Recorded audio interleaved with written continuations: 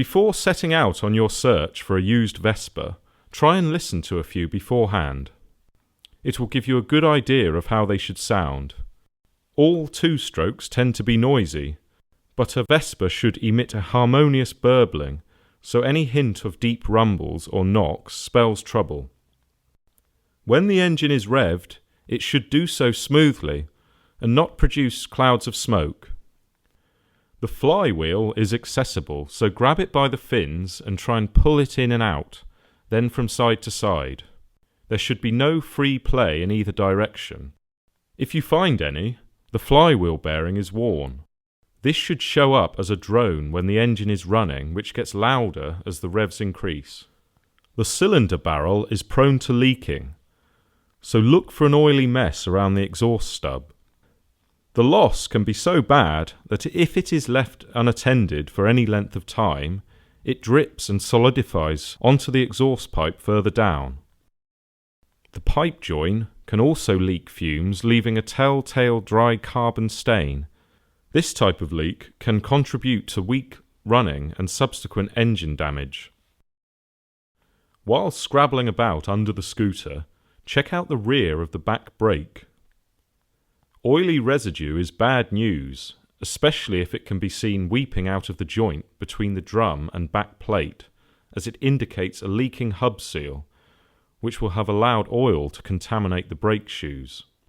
On PX disc models, this is a critical defect, as unlike earlier models, the seal is internal, which means a complete engine strip to rectify, so be careful.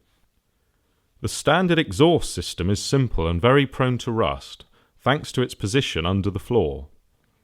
It is also restrictive, so many scooters are fitted with aftermarket pipes by owners keen to liberate a bit more power. These normally require bigger carburetor jets to work properly, so ask the seller exactly what they have done. The engine pivot nut may seem an obscure item to check, but the engine mount sleeves are steel and can seize on the pin that passes through them. Once stuck, they can wear away the holes in the frame, and the whole exercise becomes very expensive and time-consuming to sort out. Bounce the scooter up and down. The nut should not move. If it does, there is a problem. If the scooter has had a hard life, the engine cases can crack around the rear shock absorber mount, so it is worth a close look, as the only solution is to replace the cases, which entails a complete strip down or changing the whole engine unit. The rubber sleeves in the mount also degrade over time, so look for any signs of lopsidedness. The shock mounting plate should sit parallel to the casting. Vespa electrics are very simple and reliable. Not all scooters are going to be fitted with a battery, which isn't bad news as they do not last long anyway.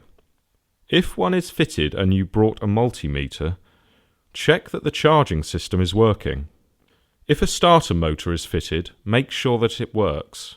Replacements are not cheap.